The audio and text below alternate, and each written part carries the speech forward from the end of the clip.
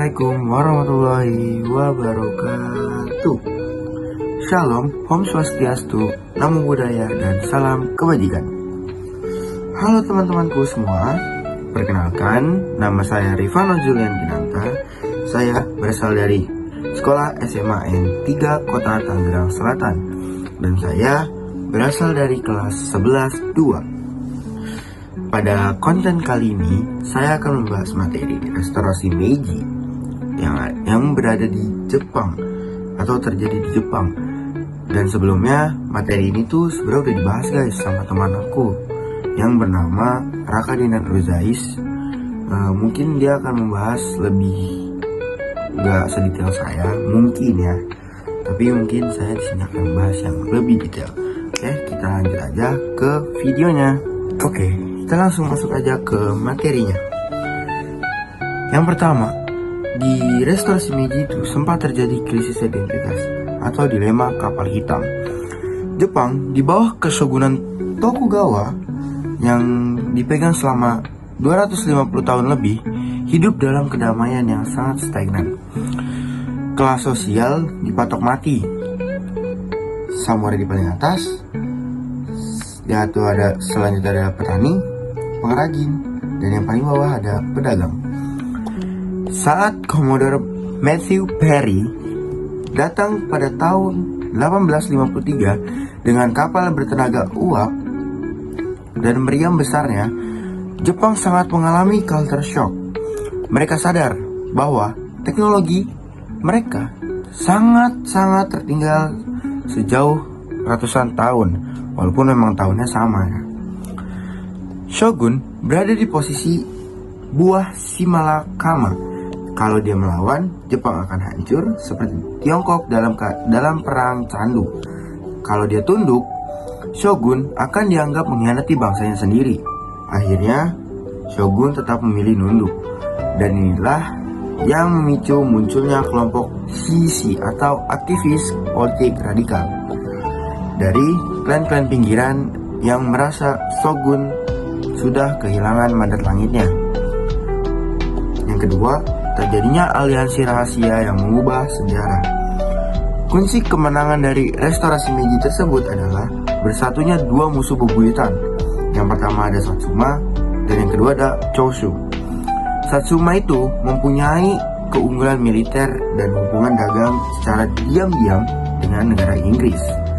Choshu sendiri punya semangat ideologis yang sangat kuat untuk menjatuhkan shogun.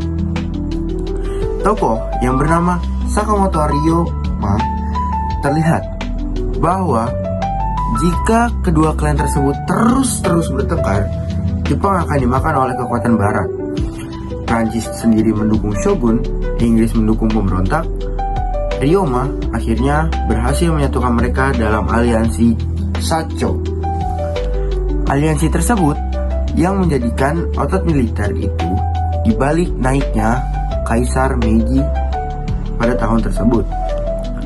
Yang selanjutnya ada akhir tragis dari kelas samurai. Bagian yang paling ironis, restorasi Meiji itu dipelopori oleh kelompok klan samurai. Tetapi hasil dari restorasi tersebut justru malah menghapus kelas samurai. Para pemimpin baru Meiji sadar bahwa untuk menjadi kuat, Jepang itu butuh tentara nasional, bukan prajurit klan. Maka dikeluarkanlah kebijakan Haitorei pada tahun 1876. Larangan membawa pedang di tempat umum. Pedang adalah jiwa samurai. Mencabut pedang berarti mencabut harga diri sendiri. Yang kedua, ada penghapusan gaji. Pemerintah berhenti membayar gaji tetap kepada klan samurai. Wajib militer. Rakyat jelata atau petani sekarang itu boleh memegang senjata dan dilatih menjadi tentara. Hal tersebut memicu merontakan Satsuma yang dipimpin oleh Saigo Takamori. Meskipun dia adalah pahlawan restorasi, dia merasa pemerintahan baru sudah terlalu kebarat-baratan. Pasukan samurai tradisional yang menggunakan pedang akhirnya kalah para tentara rakyat jelata yang menggunakan senjata senapan api atau Gatling. Dan di tahun tersebut akhirnya Jepang turun dari era kesatrianya. Revolusi industri dan slogan Fukoku Kyohei.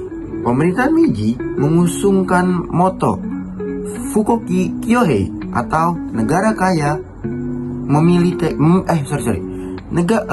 negara kaya militernya kuat. Mereka melakukan hal gila yang tidak pernah dilakukan negara lain secepat itu. Yang pertama ada misi Iwakura. Pejabat tinggi Jepang mengelilingi dunia AS dan Eropa selama 2 tahun. Hanya untuk apa? Iya teman-teman, untuk mencatat kenapa Barat sangat bisa secepat itu untuk maju. Mereka menyalin sistem hukum Jerman, sistem lautnya Inggris, dan sistem pendidikannya Jepang. Yang kedua ada Zaibatsu. Pemerintah membangun pabrik baja, tambang, tekstil. Lalu mereka menjual dengan murah kepada keluarga-keluarga kaya yang setia pada kaisar, seperti Mitsubishi dan Mitsui. Inilah yang menjadikan cikal bakal raksasa ekonomi Jepang sekarang. Apalagi kalau kalian tahu Mitsubishi itu sekarang sangat terkenal kan. Nah itulah cikal bakalnya dari Mitsubishi guys. Sentralisasi. Mereka menghapus sistem daimyo atau tuan tanah dan membagi Jepang menjadi provinsi, prefektur yang dikontrol langsung dari Tokyo. Dan terakhir, mengapa restorasi Meiji dianggap keajaiban teman-teman? Karena dalam hanya waktu 40 tahun, Jepang yang tadinya negara abad pertengahan yang terisolasi berhasil memiliki konstitusi modern atau konstitusi Meiji. Yang kedua ada membangun jaringan kereta api di seluruh pulau. Yang ketiga, menghapus perjanjian tidak adil dengan negara barat dan mengalahkan Rusia pada tahun 1905. Dan ini pertama kalinya dalam sejarah modern negara Asia dapat mengalahkan kekuatan besar Eropa dalam skala penuh. Kesimpulannya, restorasi Meiji bukanlah sekedar diganti pemimpin, tapi melakukan perubahan total DNA sebuah bangsa. Jepang memilih untuk menjadi barat agar tidak dijajah barat, namun tetap mempertahankan roh Shinto dan loyalitas buta kepada kaisar. Jadi itulah materi yang telah saya bahas.